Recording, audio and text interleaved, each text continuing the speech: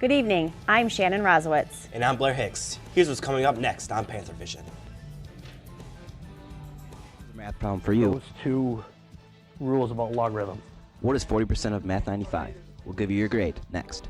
So you're not going to get much better field position than that. So. The UWM football team is getting ready for another season. Boom! Wait, UWM has a football team? We'll tell you more. It's interesting and weird. Could interesting and weird help you get a job after graduation? We'll explain. German influence has come to UWM. I have yet to figure out how you get the current American teenager to want to wear lederhosen.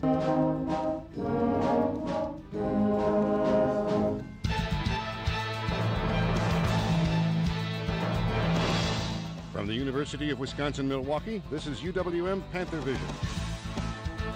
A weekly newscast reported, written, and produced by students in the Department of Journalism and Mass Communication.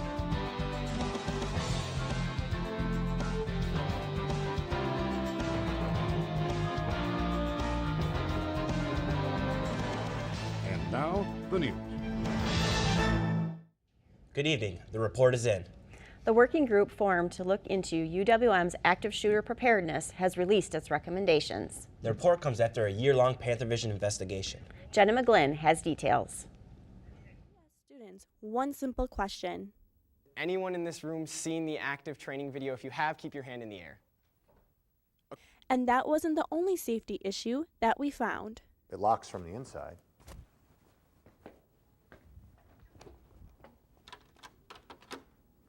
Oh, not this one. With a vibrant 20,000 plus student population, UWM wasn't fully preparing their students for active shooter situations. Okay, that scares me. Earlier in our investigation, we introduced you to John Monroe. The UWM alum was in his office during the Navy Yard shooting in Washington, D.C. All you could hear was gunshots and people screaming. Monroe says training new students at orientation is key. It's necessary these days, and if people don't do it, to me, it's almost a form of malpractice. In response to our investigation, a working group was commissioned in December that would discuss active shooter preparedness. Well, I think that's a real good topic for this working group because it will have faculty, it will have staff, it will have students on this working group. The working group finished their recommendations report and sent it to the vice chancellors on May 1st. One of the areas that we looked at was communication. How do we communicate to students, faculty, and staff? That one of the recommendations is that this video be shown at all new student orientations. We can really touch a lot of people in 6 minutes. Faculty and staff will also be trained, including custodial staff and floor captains in every building. Another recommendation that the working group found to be important was changing the locks on the doors. We have over 1,000 classrooms on this university, and our ability to lock people out of a classroom, if people are in a classroom, is very, very limited, almost non-existent. Marzion says that this will be a process in making these changes, but in a year, I can guarantee you there will be progress. In Milwaukee, I'm Jenna McGlynn for Panthervision. The group's report is being issued to the provost and several vice chancellors. Submission of the report is the first of a 3-phase process. The next step will be determining which recommendations the university chooses to implement. After that, there will be discussion about who's responsible for implementing the changes. UWM Panthervision is receiving one of broadcast journalism's highest honors for our investigation into active shooter preparedness on campus. The Radio Television Digital News Association has chosen Panthervision as a recipient of the prestigious Edward R. Murrow Award. Our continuing coverage entry was judged to be the best in Region 4, which includes the Milwaukee and Minneapolis stations. A student newscast winning a Murrow Award is so unusual that the executive director of the RTDNA wrote Panthervision a letter. In it, he says, quote, "For a student television station to win an award of this caliber against formidable competition from large professional television newsrooms in Milwaukee and Minneapolis is exceedingly rare. It is a tremendous credit to the students and the entire journalism program at UWM." UWM has a new interim chancellor.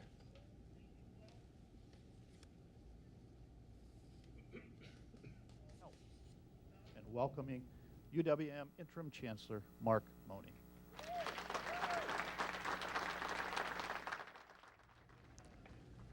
Moni will take on the chancellor role until the Board of Regents approves a permanent successor to Michael Lovell. Moni has already come up with his own slogan. Looking to our future, I'd like to address and present to you a brief outline of a platform that I'd like to call Moving Forward Together. 3 simple words that, to me, will have, I hope, a lot of impact over the next 6, 7, or 8 months. Moni says his plan is dependent upon stabilizing enrollment and engaging the research in Milwaukee communities. The search for a new permanent UWM chancellor is about to get underway. We have just been in touch with System President Ray Cross. He tells us that he is just about ready to announce the membership of the Search and Screen Committee in the next couple days. The committee will officially be charged with their task on Thursday morning. He says he'd like to announce a replacement by the end of the year. The search for a new chancellor at UW Stout is down to 5 finalists. They are Brian Albrecht of Gateway Technical College in Kenosha, D.C. Costin from Dickinson State University in North Dakota, Richard Lapidus from California State Polytechnic, Margaret Madden from State University in New York, and Robert Meyer from Wisconsin Indian Head Technical College. Stout's current chancellor is retiring after serving 26 years. UW Oshkosh has a new interim chancellor. She is Vice Chancellor of Student Affairs, Petra Rotter. Rotter will take charge until the new chancellor is chosen. She does not intend to apply for the permanent job. The new chancellor will replace Richard Wells, who is retiring. And there now is a search committee in place to identify the next chancellor for UW colleges and UW Extension. That's the position that new system president Ray Cross held. The 23-person committee consists of faculty, staff, and students. The committee will recommend a list of finalists to Cross and the Board of Regents. With 5 chancellor replacements and finding a successor for himself, Ray Cross has his work cut out for him. In an extended interview with Panthervision's Callie LeCount, Cross talked about the challenges he faces as new system president. He says the system needs to work on repairing relationships with state legislators. People look at this big university system, and it seems like such a large entity that it's hard for them to really connect to. And legislators are the same way. They're just like everybody else. What's going on here? How do we connect to this? And when we aren't as open and transparent or as readily accessible as we should be, we're perceived as aloof, elite, and arrogant, and we're really not. And Cross says while the proposed 2-year tuition freeze might be good news for students, it will make budgets even tighter at every university. Cross says UWM will need to continue to raise funds from private donors, and a fundraising campaign is already underway. The campaign is being led by some of the biggest names in Milwaukee business, including Sheldon Lubar. Metropolitan Milwaukee Association of Commerce Chairman Ted Kellner is also part of the effort.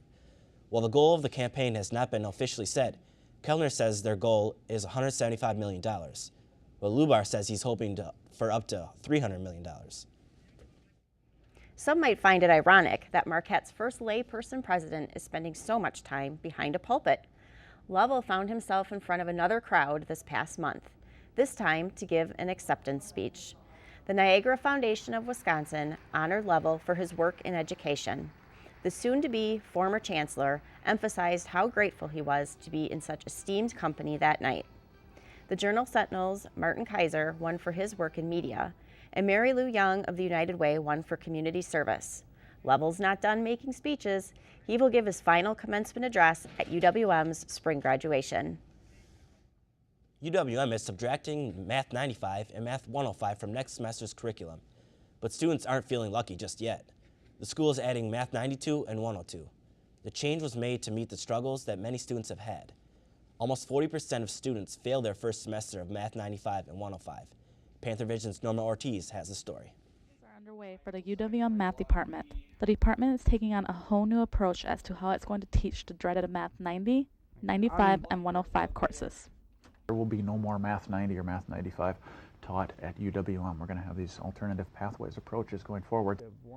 The Pathways program will introduce 3 new courses: aimed at teaching students math that is more relevant towards their backgrounds and majors. The first one is something that's completely different. It's a math literacy for college students. And this is going to be really focused on specific content-oriented questions and sort of bigger questions rather than the sort of drill and skill type of approach to math that most people are used to coming out of high school. These 2 semester courses will be Math 92 and 102.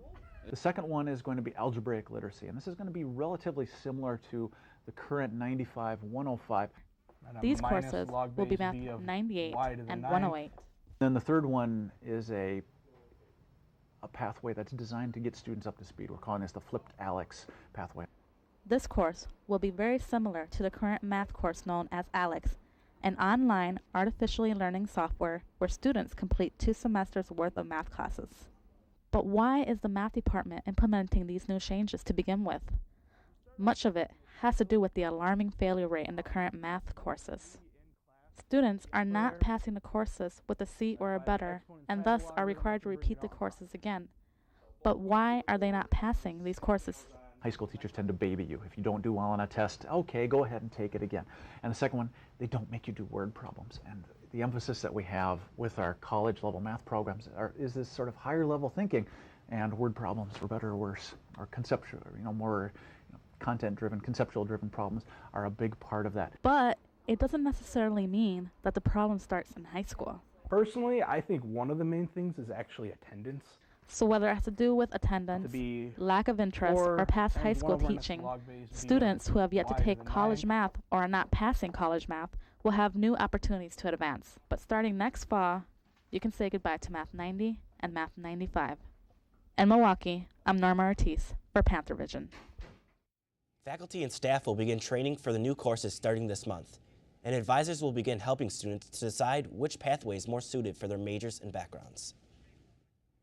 A former dance graduate student is suing UWM. Scott Lyons filed a complaint in Milwaukee Federal Court.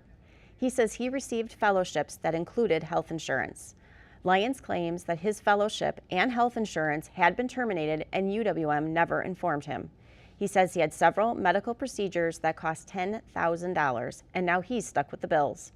UWM officials say they are checking on whether the university will respond to the claims. Commencement is just around the corner, and graduates will be flooding the job market. But what are the odds of landing that dream job right after graduation? Panthervision's Ann Matusi reports. This isn't the latest smart car model. And it certainly isn't the most fuel-efficient model. It's just cool because, I mean, they don't really make them like this anymore, It's got the old straight 6 engine, It's just from a different time, It's almost like a museum piece. You don't keep it around because it's like the best car ever, but it's more just because it's interesting and weird, and they don't do it like this anymore. So it takes some special TLC to make this vintage car's engine purr. And UWM's senior Desmond Jones spends 15 to 20 hours a week fixing up cars just like this one, for fun. But how does Jones's love of cars potentially hold the key to his future? What really makes you stand out, I think, is those things that are outside of the norm. So, for instance, what are you passionate about? Who are you volunteering with? What do you do in your spare time? But despite Jones's passion for mechanics, he has yet to see that turnaround when applying for jobs in the creative fields of journalism and digital marketing. It really sucks to just keep applying and applying and applying and not have anything come of it. I mean, I sit down and I spend like 8 hours on having a resume that looks really good and reads really nice that people will like and I feel like will get me hired, but then, LinkedIn is one of those horrible things where you can see everybody get jobs that you applied for. But from what recruiter Emily Kreger has to say at the UWM job fair, Jones is headed down the right track. I don't think it hurts anything to be creative and really show, part of you on your resume too. The do's and don'ts on resumes are objective, and there are job opportunities out there. It may take a few laps before you land that dream job, but sometimes slow and steady wins the race. In Milwaukee for Panthervision, I'm Ann Matusi. Strelo urges applicants to check their Facebook, Twitter, and other social media for any hazards and anticipate any questions employers might have. UW-Madison is fighting a bike theft problem. The UW-Madison Police Department is investigating 21 bike thefts on campus. Many of the thefts involve bikes that weren't locked or had an inexpensive lock cable. In an effort to catch the bicycle bandits, campus police are now relaunching their Bait Bike program. If a Bait Bike is stolen, officers can track it in real time. Police have used the technique successfully in the past. You may not have realized it, but apparently there were student association elections again last week. We say apparently because after sending dozens of emails to the press, the group organizing the elections wouldn't answer any questions for Panthervision. The group ASAP, Alliance of Students Achieving Progress, organized the latest elections. They claim the student association, which held elections 2 weeks ago, was illegally formed and doesn't exist. UW-Madison is advising students to take precautions so they don't get the mumps. Health officials say they have had several confirmed cases, and they include students who were fully vaccinated as children. The highly contagious disease has not hit UWM and hasn't been present here since 2005. Panthervision's John Holman reports. Taking a rest after class, grabbing some free literature, or just checking your mail. Well, what we see this time of the year is as individuals are maybe taking not as good of care of themselves as they should in terms of sleeping and regular meals and staying hydrated, is that individuals can get kind of worn down. Mumps spread quickly, especially at a university where everyone is in close contact. So when somebody gets diagnosed with the mumps, that is a reportable disease to the health department. And if that's the case, then usually there is notification of the closest contacts of the individuals, which would include individuals within the suite. The Norris staff immediately passes reports to the people at Sandberg. Yeah, so I would say that the typical response could, depending upon the nature of the issue, typically involves communication to students in terms of what they need to know, if there's any kind of behavior modifications that they need to make to keep themselves safe and healthy. We notify our staff in case there are, certain types of outreach that we need to do or preparations that we need to make. Norris has dealt with this in the past. What we've done before, because again we were dealing with multiple cases in 2005, is that we do help the health department notify individuals, and then if we were to have cases in housing, we may also communicate to the broader community. The message to campus is simple. In Milwaukee, I'm John Holman for Panthervision. Symptoms include coughing, high fever, and about half of cases, jaw swelling. If you think you have the mumps, call the doctor before going in so they may prepare an isolated room. They also recommend staying home for at least 5 days to avoid spreading the disease. Coming up, he's been a part of more sports teams than most. We'll introduce you to the heart of UWM athletics. And it's that time again. We're talking about everything graduation. All that and more when we return. Achieve anything. We make sure they get to college. Federal student aid provides more than $150 billion in grants, loans, and work-study funds to make college possible for anyone with the mind to get there. Because if given the chance, minds will do great things. Federal Student Aid, proud sponsor of the American Mind. Learn more about money for college at studentaid.gov. The Surgeon General issued this warning because smoking causes lung cancer. The Surgeon General issued this warning because radon can cause lung cancer. Radon is an invisible radioactive gas that seeps inside your home from underground. Protect your family. Have your home tested. Call 1-800-SOS-RADON. Radon problems can be fixed. The search for a new chancellor brings with it worries of change. But for one family, it's a worry you wouldn't expect. Daniel Staub explains why. Chancellors come and go. When I became chancellor, I could have never dreamed of becoming Marquette's first lay president. So do coaches. But thanks to this former coach, go! There's one constant at UWM. His name is Michael Paul. If you want to know the true story... But few UWM sports fans need an introduction. Call him a super fan. Go Buckeyes! Let's cheer! Let's go! Slide! Yeah! Call him supportive. But don't call him antisocial. See, I told you. Got you mic'd up, huh? Yeah, TV show doing a story about me this week. In fact, he's so friendly, that's how his sports story starts. 20 years ago, he cleared tables in the union, but he was too friendly. Michael would spend all of his time talking to the students and socializing. And although he's supposed to be cleaning a table, it's very hard for him to clean a table like this. Enter Bruce Pearl. It's my second favorite cheer. My favorite cheer is UWA!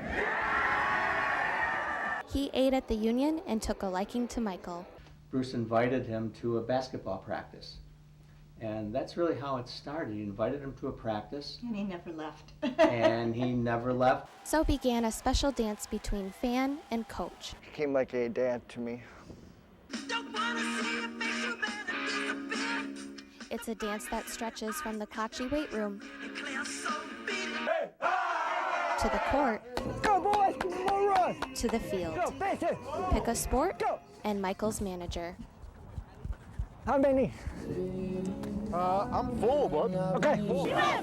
He's so loved that when the Panthers won their first basketball title, it wasn't the coach, it wasn't the players, it was Michael that got the first snip of the net. Way to go, Michael. Way to go, bud. Then, a thunderbolt. While we will miss Bruce, we understand his desire to take on new challenges, and we wish him continued success, both him and his family, as he begins this new chapter in his life. My God, I feel horrible. Me and my parents, then I sleep. Can't believe you left me. Change is what Michael's parents fear most. Every time there's a change in the chancellor, in the athletic director, in a different coach, for a while we get nervous. Will this coach accept Michael the same as the previous? Mike is just a ball of energy. He's wonderful to have around. He's a great ambassador for Special Olympics. But Special Olympics coaches will always accept Michael. And why not? He's a good shot. On the court or on the bench, Michael supports his team. And it doesn't stop there. I was one of the first buyers of it back last fall, and it's a nice addition to my work desk. You do this a lot, huh? Yes. Who wouldn't want a Michael Paul bobblehead on their desk, especially if it's signed? You can guess where proceeds go. Special Olympics. A smiling replica of UWM's favorite Panther fan. In Milwaukee, I'm Danielle Staub for Panthervision. Michael has been managing Panther athletics for more than 15 years. There's nothing students love more than tables of free stuff in the union. Last week, the American Marketing Association and the School of Information Studies put on a display to give away some free stuff from Google, including an opportunity to test out the latest hot technology through Google Glass. So Google Glass is basically what they're trying to do is get technology out of your hand. So instead they're going to put it on your face, and it's like a whole computer, your whole phone right above your eyes. So you get to ask like, okay Glass, where's the nearest Starbucks? Or how do you calculate 102 times by 5? Or how big is the moon? Just, it's your whole internet right there. Students were encouraged to take pictures at the event and post them to social media with the hashtag Project G. Participants will then be entered into winning a bag of free products from Google. U.S. Senator Herb Kohl will be receiving an honorary degree at UWM's May commencement ceremony. Kohl will be awarded an honorary doctorate in public service and education. Kohl is one of 4 receiving honorary degrees. He is joined by Milwaukee attorney John Daniels, Jr., University of Maryland Distinguished Professor Ashwani Kumar Gupta, and Harvard author Evelyn Brooks Higginbotham. UWM's graduation is set for May 18th. There are actually 2 ceremonies, one at 9 o'clock and the other at 1:30. To find out which graduation ceremony you should attend, you can go to the UWM homepage and search Spring Commencement. Both ceremonies will be held at the U.S. Cellular Arena. Like UWM, MATC ends its spring semester in May. MATC reporter Ben Hanser spoke to some students about what they plan on doing after graduation. It's May at MATC, which means students are finishing up their studies and embarking on their next phase in life. There are several programs that students are taking. I'm going to MATC for liberal arts at the moment. I'm going to MATC for early childhood education. A lot of them have high aspirations. I want to be a film producer or anything to do with TV. The number of students graduating this year is somewhat similar to what it has been, but will be a little bit different. The number of graduates to be expected to graduate will be about 3,000. This will be an increase because in the last 5 years we have seen an increasing trend in terms of number of graduates. So I expect this year we will have an increasing number of graduates. One interesting note is that several students plan on moving on to a four-year university, such as UWM, to continue their education. So I would be looking at going to UWM as well so that I can specialize in special education. So I'm going to UWM or any other college that's better off with the profession as far as like media work. All in all, with the hard work that students put into getting their diploma, it'll definitely lead them on a road to a brighter future. For Panthervision's MATC report, I'm Ben Hanser. MATC's commencement is scheduled for May 21st at U.S. Cellular Arena. Lisa Aaron Brown joins us with a look at our weather. Hi Shannon, hi Blair. Hey. Well, this week it seems like I have some good news and a bit of bad news. If we take a look at our highlights, we've got some weather peaking in the 70s. We have a little bit of thunderstorms this week, and it looks like the snow might finally be melting for those folks up north. If we take a look at our current conditions, the temperature is 53 degrees, dew point of 30. We got some clouds in the sky, but right now we're staying pretty dry. Bar pressure is at 30. Looking at the rest of the day, again, high of 53. We'll see a low right around 38 degrees with a 20% chance of precipitation. Looking at the lows across the board today, everyone's right around in the mid-30s. Right up north in Rhinelander at 32 degrees, right at freezing, and us here in Milwaukee at 36. And if we look at the highs for the day, everyone seems to be right around the mid-50s, with the exception of us here in Milwaukee. We're looking at a low of 46 degrees. If we take a look at what we've got tonight, unfortunately, the weather's going to take a dip in the temperature. We should expect some rain and clouds through the night. Looking at tomorrow, again, we've got rain and clouds with a slight increase in our temperature, a high of 54, a low of 43 with a little bit of wind. Looking at our week weather, we have Thursday with our peak in temperature at 70 degrees. We do have some thunderstorms that day. Friday and Saturday, we've got some sunshine with some warmer temperatures, and Friday, a little bit warmer with a little bit of rain. So it looks like you can't hang up that coat just yet, but it might be right around the corner. I am looking forward to those temperatures on Hopefully. Thursday. Jerry Lewis hosted his first televised fundraiser in 1966. A locally inspired TV auction got its start only 3 years later. MATC's Abdallah El-Koud follows the money trail at this year's benefit. At the Great TV Auction, daily sponsors and donated products are brought to be auctioned off. It's definitely something you want to do to get a feel of what's going to be going on, especially in TV. It's actually a lot of fun. I was kind of dreading it going into it, but I realized that it's a great experience. I've learned a lot in my time here, and I'm just kind of glad I got to be a part of it. Students get a daily schedule for a specific task, from rolling tables to floor directing to camera operating. Auctioneers sign up for a specific task as well, but it's a task they would like to choose for that day. This is my first time doing this. I got here at like 12 o'clock today, and I like it. Everybody's been really nice. It's very, very interesting. I've been watching it for like years on TV, so I'm glad I came.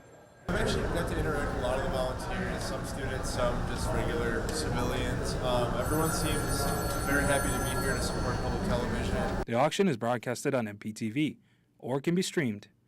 Interested buyers used to only able to call, but now they could bid online.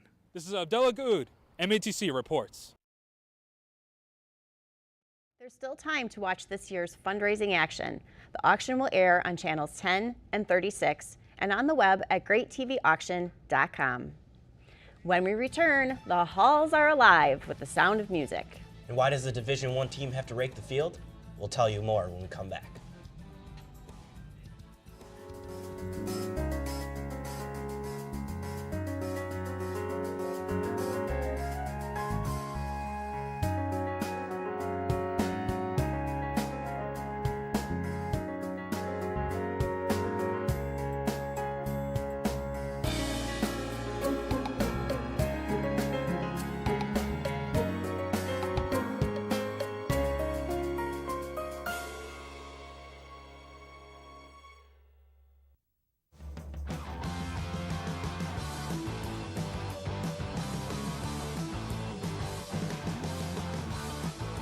This is where powerful ideas lead to proven results.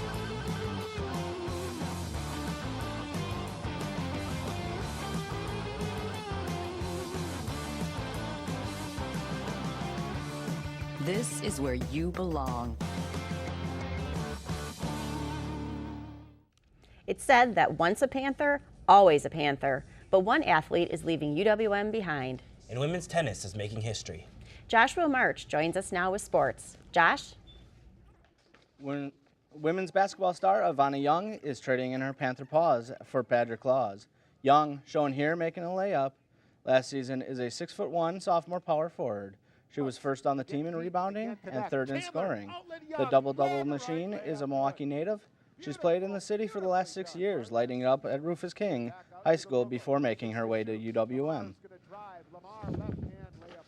Baseball may still be America's pastime, but UWM puts a new spin on the old tradition. Panthervision reporter Scott Wise tells us the unusual way the Panthers warm up for their games. Typical sights before a baseball game include seeing players loosening up their arms, playing catch, or chit-chatting with teammates. But pregame is anything but normal for the UWM baseball team, and I'm not talking about the giant dog reminiscent of the Sandlot. We got to do field work. Literal field work, says third baseman Nick Eunice. We'll have to rake the base paths, smooth them out, fill in any holes or divots around the bases. For UWM, maintaining the field before and after games has become common practice for years, says Coach Corey Bigler. This is my 11th season at UWM, and I know for that long we've been doing the field. Players have to spray on the foul lines, put in the bases, smooth the infield, water the field, and prep the mound on top of playing the game. Yeah, I mean, I don't mind it. We all have grown up doing it in high school. And players each have their own role in the maintenance. We all have our select duties. Could the teamwork needed to maintain a field make for a home field advantage for the Panthers? Well, I'll tell you what, our record here is pretty outstanding. Home field advantage or not, both players and coaches have nothing but good to say about playing at the Hank. We take pride in playing at home, playing at the Hank.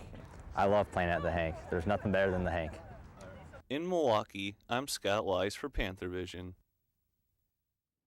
Coach Bigler says UWM doesn't have the budget to afford an external grounds crew.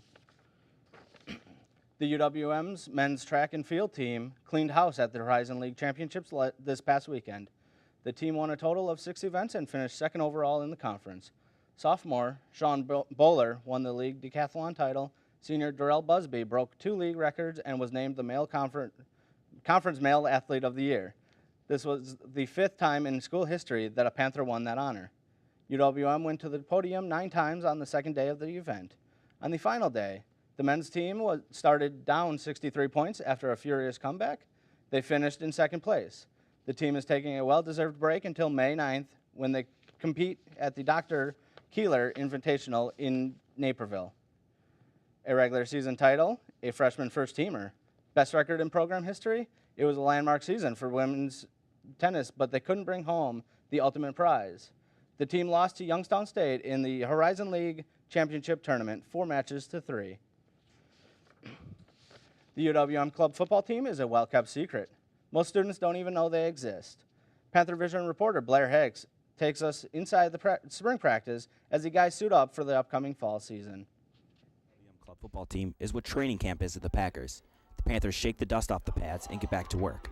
Head coach Dave Mogensen says he's happy with what he's seen so far. Spring practice has been good. Our numbers are up. We've been pretty good recruiting-wise. Numbers are up. We had 4 weeks here. I can't believe it's over. It feels like it was just last week. We're getting ready to roll. By definition, it's club football, but he would argue it's similar to other programs. Spring ball, we do it like any other NCAA team would. It's not a whole kind of thing like it is in the fall. We're not scheming for a game. We're not getting prepared for our next opponent. We're just trying to become better football players at each practice, and I think we did a good job of that. Despite the positive progress this spring, there are still areas of the game the Panthers need to improve on from last year. Well, every team has stuff that we're good at, we're bad at. Last year, based on our fall season last year, we won a lot of games by scoring a lot of points. Our defense didn't play as well as they should have. We had a lot of talent. We had to get it molded together. Our quarterback pressure and our defensive backfield Our linebacking core was pretty solid last year, but if we can get even more pressure on the quarterback, that's going to take less pressure off the defensive backs, and just in turn, we're going to be better. As for the offense, quarterback Sam Clark says they need to be consistent. Next fall, we expect to get better each game. We just got to stay focused, take one game at a time. If we do that, everything else will fall into place. In Milwaukee, I'm Blair Hicks for Panthervision. With the spring semester coming to a close, the club football team will be wrapping up practice, but they don't exactly get a break. Over the summer, they will attend an off-season workout program. That's it for sports. Back to you, Shannon and Blair. You get a bunch of teenagers to wear lederhosen? Panthervision's Lisa Aaron Brown checks it out. Students enjoy texting or surfing the web on weekends, but students from Plymouth High School have a different idea of fun.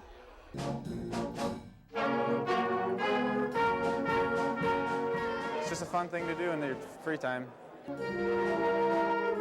Plymouth students had the opportunity to perform in the Wisconsin Schools Music Association's Music Festival at UWM. It's busy. We like to think of ourselves as the only authentic high school German band in the country, and there's some validity to that. We're the only one in the nation, actually, that plays German music with actual outfits. In Plymouth, nearly 50% of all residents are of German heritage. Students enjoy connecting to their heritage through music. German band is probably one of the most fun things I've done. The same band also plays at Milwaukee's German Fest, and you guessed it, full traditional wear. And I have yet to figure out how you get the current American teenager to want to wear lederhosen, but they do. In Milwaukee, feeling the music, I'm Lisa Aaron Brown for Panthervision. More than 200,000 students perform at the music festival. It's held at multiple locations around the state. Thank you for tuning in for tonight's edition of Panthervision. You can watch us on Time Warner Channel 14 and AT&T UVerse Channel 99 at 5 o'clock on Wednesdays and Fridays. This is our last newscast of the semester. A special thank you to the students in MATC's video and television production program for making us look good each week. Have a great summer.